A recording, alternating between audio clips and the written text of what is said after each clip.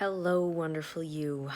I have tried to make this video a few times and my emotions keep getting the better of me.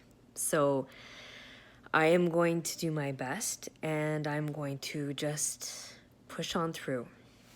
So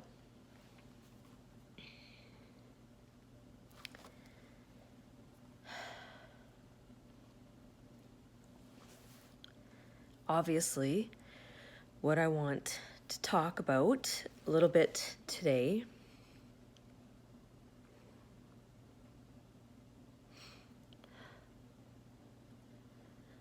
is something that I wish people felt brave enough to share with others.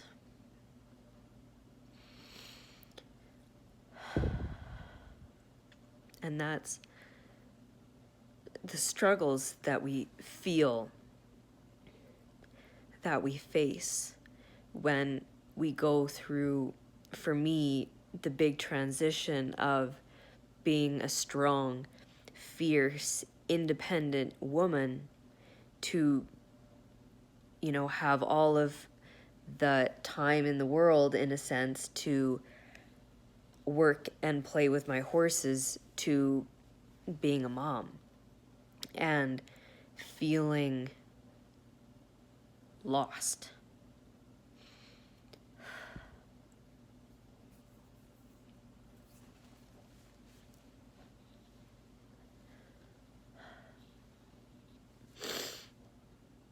Oh, okay.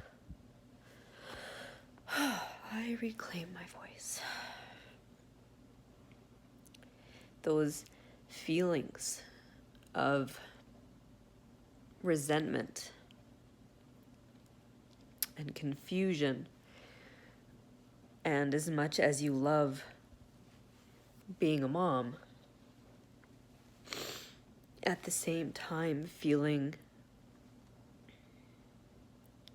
a lot of negativity around being a mom. And because it's not talked about, it isn't considered socially acceptable or whatever, I feel we suffer in silence. And we suffer alone. And I want to put an end to that.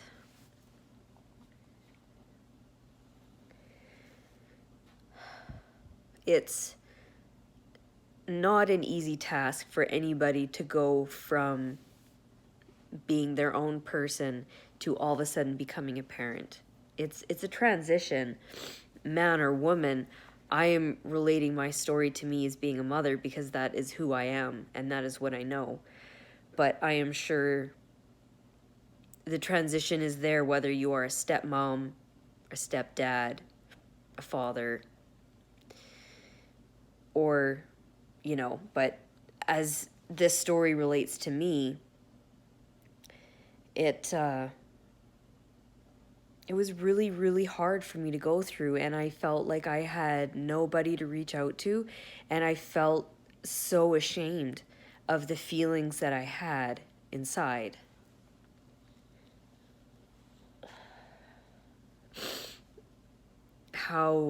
And the confusion, how can you feel such intense love and pride of your children, but then at the same time feel like this is so hard.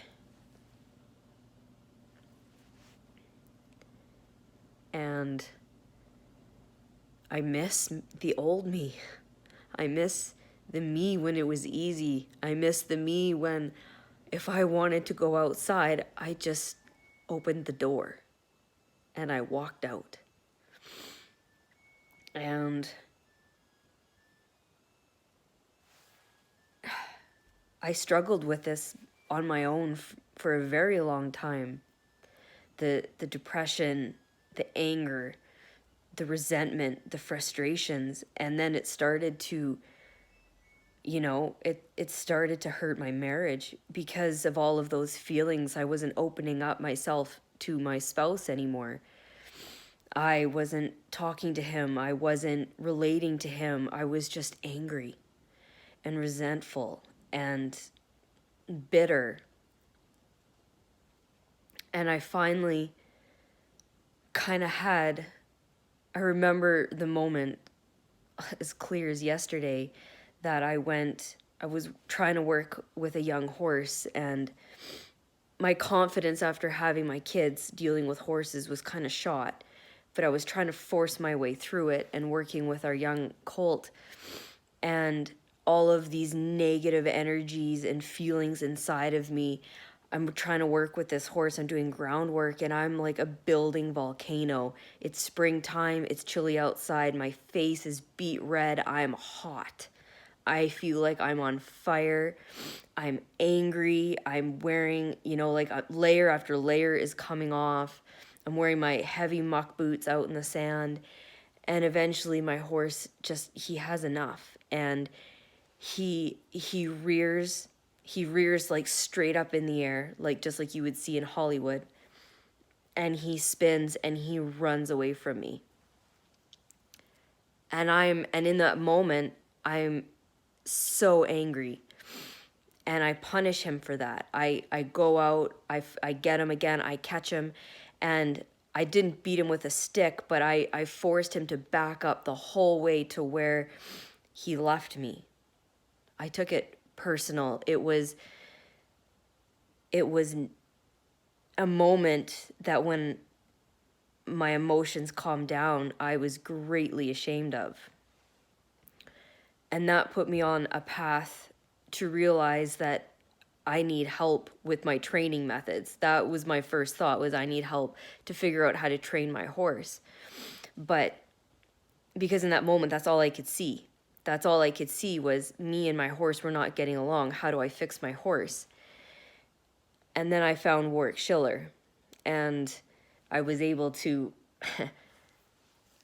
amazingly enough, be in a headspace where learning from him and his online videos, I seen that my horse wasn't the one with the problem. I was the one with the problem.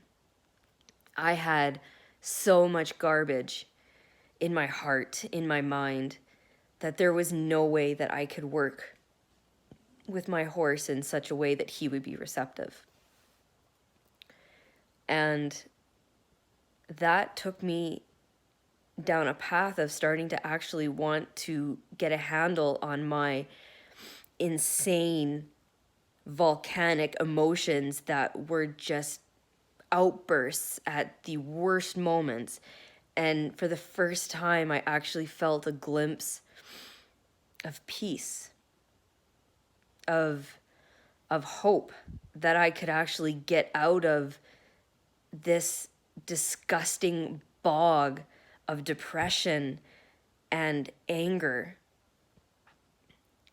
And because of that, I've been able to improve my life full circle. I've been able to become a better mom. I am learning how to open up to my husband again. I'm learning techniques like AFT that has given me so much peace to release all the yuck, the mud, the chaos, the nastiness that I was drowning in. And I was actually able to feel hopeful again, that I could be happy. I could live this life. I could be a mom, but I could still feel fulfilled. I could be a mom and I could still pursue my horse dreams. I could be a mom and I could be truly content with my life and not feel like I was missing out on something in the back of my mind. The shame started to disappear. The resentment, it's so crazy when I think about it back then, like it lifted like a fog, it slowly started to lift off of me as I started to learn all these different ways to actually work through all of this. And it was just amazing. And I want I wanted to share this with you because I don't want you to feel alone. I don't want you to feel hopeless. I want you to know that there are others just like you, feeling these feelings and having no idea what to do with them. And that's why I'm here, because I know how painful it is, and I want to reach out to you and offer you a hand. And I want to empower you to create a skill set that you're never going to get stuck back in this nasty, dank place ever again. And when you stumble, you'll know what to do to pick yourself up again. So that is one of the main things that I'm really hoping to help in my 30-day challenge, the chomping at the bit from anger to freedom. And now, of course, with all of my ramblings, I completely forgot the name of my own challenge. But the chomping at the bit challenge, where I'm showing you all of the things that I did, or all of the things that I wish I would have known then, back in the thick of it, to help get myself through. So if this relates to you at all, I encourage you to take ownership, for one, because it's really, that's kind of the first step, is to take ownership of your feelings. And even if it's just a simple "me too" in the comments, and that's it, that's beautiful. That's powerful.